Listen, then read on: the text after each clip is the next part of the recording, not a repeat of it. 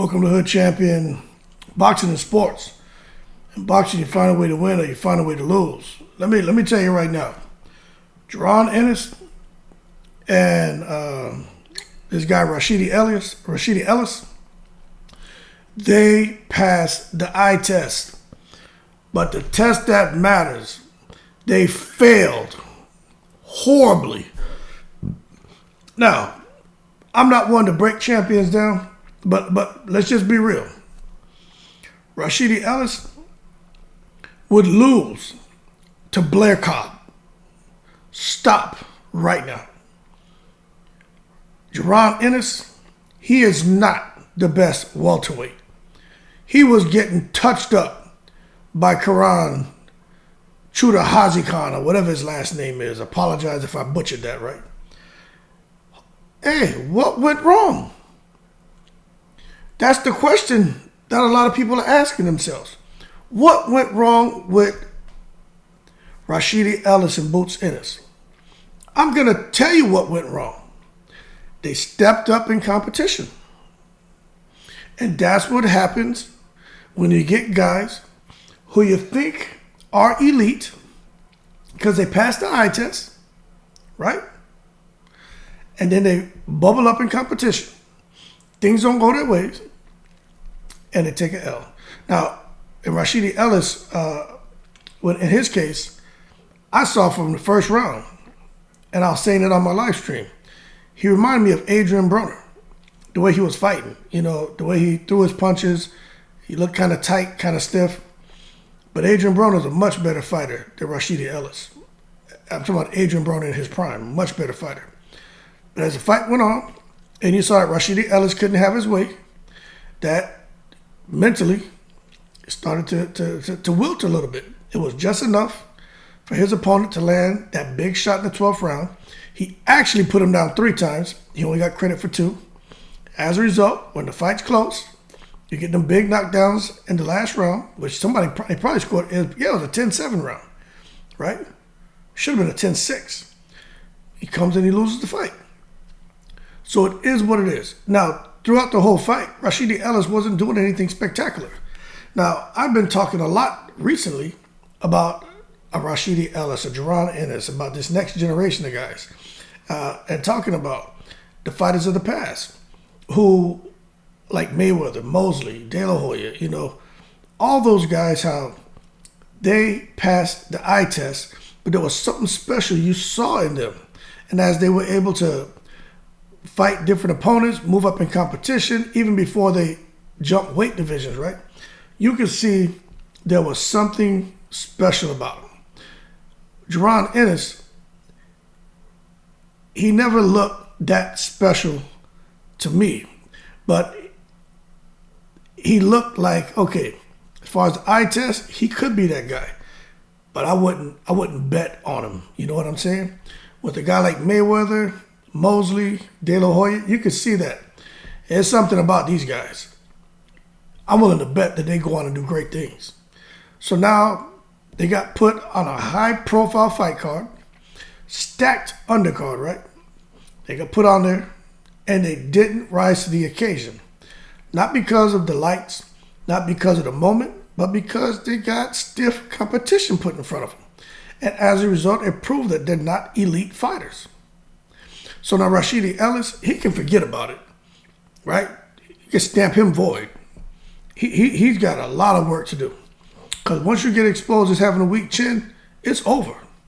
So if there was anyone ducking him out of fear that Rashidi Ellis may derail what a person currently has going on, I doubt it. I think people are going to run towards him, and Rashidi Ellis has just fallen into a kind of position that Adrian Broner is in now, to where these hungry lions want him for his name. Rashidi Ellis doesn't necessarily have the name like Adrian Broner, but it's a name. But you're going to see some of these hungry lions who are trying to make a name for themselves, like an Alexis Rocha and these other guys, right? Even though I think Rocha's going to fight Crawford next, but Blair Cobb, let's just use Blair Cobb's name. He's going to be calling them out. And Blair Cobb would beat him. Okay, so with Rashidi Ellis in the fight, look, if you get hit clean, you get hit clean. But I didn't see anything special about him. I'm not surprised he lost the fight. Jaron Ennis, very disappointed in Jaron Ennis. Jaron Ennis showed me that he's not professional. Don't get me wrong. He was in there with a fighter who was a boxer, who had a lot of experience, international experience, from Ukraine. You know they got that Lomachenko-Usyk weird style, and Ennis was getting touched. He was getting touched in that fight. But the reason I say he's not professional, he's not disciplined, right, is because some of the antics he displayed in the ring, talking outside the ring, all this bullshit, kind of shucking, jiving in the ring, you know, all that's embarrassment because he's getting touched, so he's doing foolishness. It's the same thing with Zab Judah fighting Floyd Mayweather, and Floyd Mayweather's touching him up, and Zab started doing all this craziness in the ring. That's the same thing Boots Ennis was doing. And that blew my mind. I said, damn, Boots is doing that? I didn't expect to see him do that. But I'm telling you why he did it. Because he knows that he looked bad, and he was looking bad, and he was getting touched. He wasn't getting tickled in there. There was no coochie coo going on. He was getting blasted. Though he hit his opponent with some hard shots too, but that's what we expected. So don't expect me to come in here and talk about the good things Boots Ennis did, because that's what we expected. But no one expected for his opponent to do him like that. Okay? So Boots Ennis won his fight. Rashidi Ellis, another 30 seconds, Rashidi Ellis would have been knocked out. Okay? But Boots Ennis won his fight, but he didn't look spectacular. So as far as Boots Ennis, and I honestly think Boots Ennis kind of got caught up talking about he's the best fighter at welterweight, he's the best this, best that. I've been saying it. He's talking the talk, man. It could be going to his head. He's not proven yet. People were sitting there telling me I was wrong, I'm hating on him, and then look what happened. So let's just forget the whole idea of Boots Ennis fighting Terrence Crawford or fighting Earl Spence. He will lose. Matter of fact, Boots Ennis will lose to Ugas. He needs to stay away from them. He's not ready.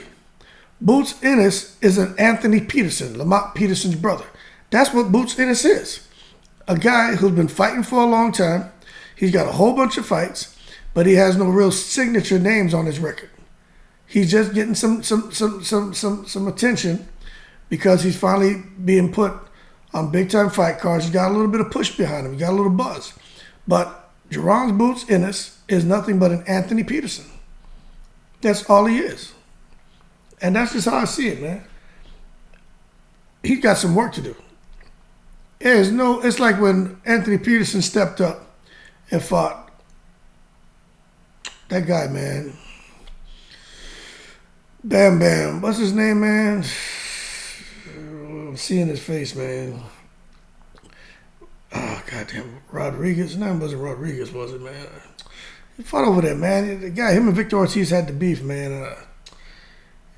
Man, I don't know. I just know they call him Bam Bam. I can't. His name's right off the top of my head. I'm about to go crazy. Really, I'm about to go crazy, man.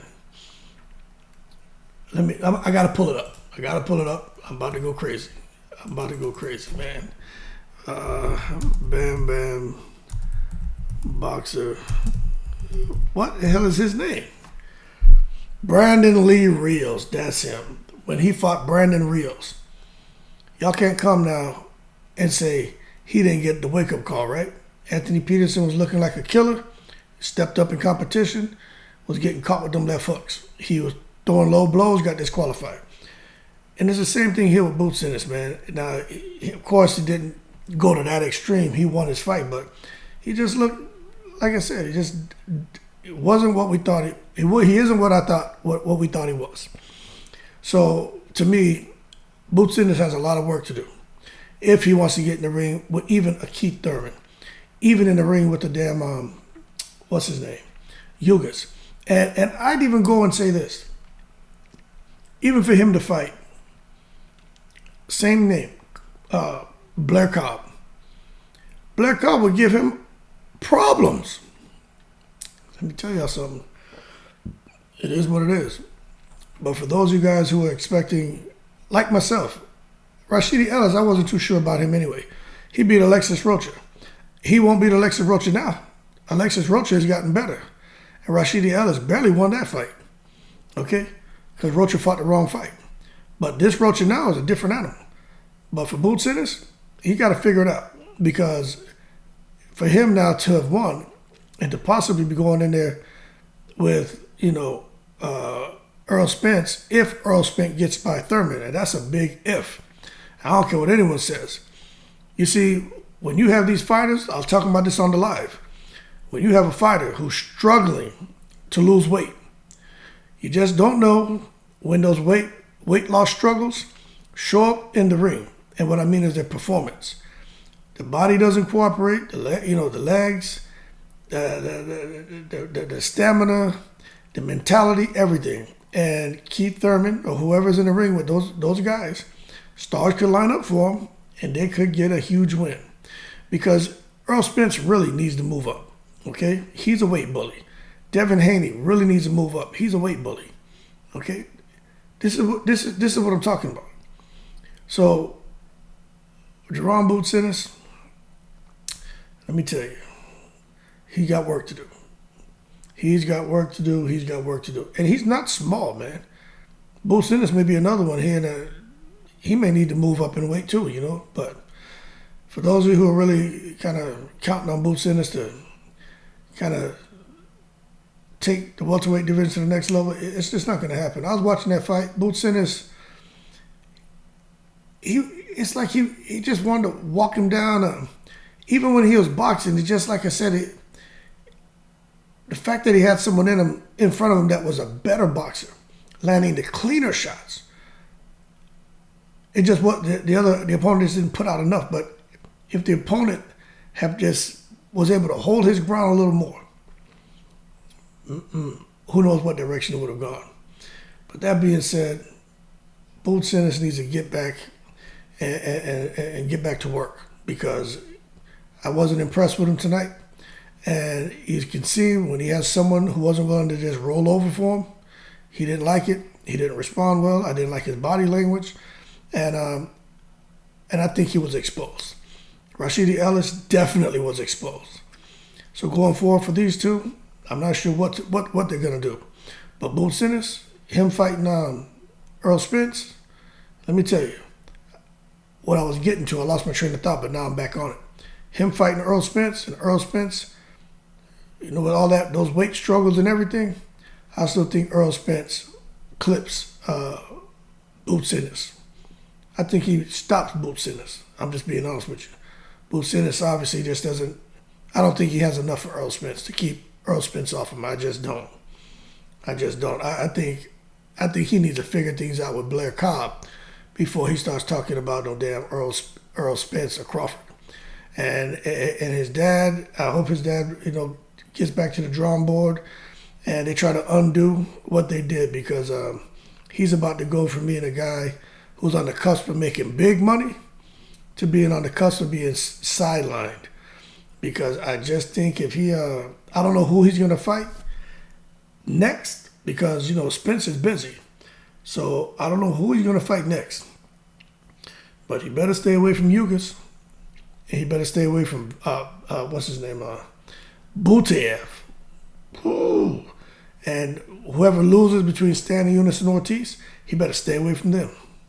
And that's just how I feel, man. Don't get in the ring with them. I don't think he beats any of them, based on how he performed tonight. But it could be that he got the big head. This may be what it needs to humble him so he can come back being effective, being smarter, and being a dominant fighter that we've grown to know him to be. But Rashidi Ellis, I don't know about him, man. I put it this way: Rashidi Ellis don't need to be in the ring with Boots. I think Boots will beat him down and knock him out. Rashidi Ellis don't need to be nowhere near nobody who can punch. Period. Because he got caught clean. Don't get me wrong, and them guys hit hard, but you gotta have a little beard on you. But that being said, man, y'all leave your comments below.